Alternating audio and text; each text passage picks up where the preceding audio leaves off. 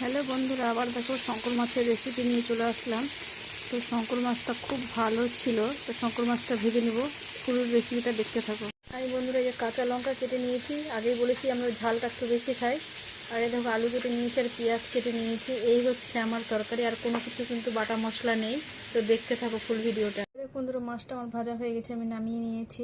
এই যে কড়াইতে তেল দিয়ে দিয়েছি, এই যে আমি দিয়ে দিলাম সব কিছু। এবার লবণ হলুদ দিয়ে নেবো, পরিমাণ মতো লবণ দিয়ে দিচ্ছি, তোমাদের মতো পরিমাণ মতো দিয়ে দিবে। বন্ধুরা আমি লবণ দিয়ে হলুদ দিব না এখন, তো আমি ঢেকে দেবো এখন, পরে দেখা হচ্ছে। বন্ধুরা হলুদ টলুদ দিয়ে ভালো করে সুন্দর করে ভেজে নিয়েছিলাম। তারপরে দেখো ওটা দেখাতে ভুলে গেছি, তো মাছটাও দিয়ে দিয়েছি। দেখো তরকারিটা হয়ে গেছে। দেখো আমি গরম মশলা দিয়ে দেবো এখন, গরম মশলা দিয়ে তরকারিটা নামিয়ে নেব। তো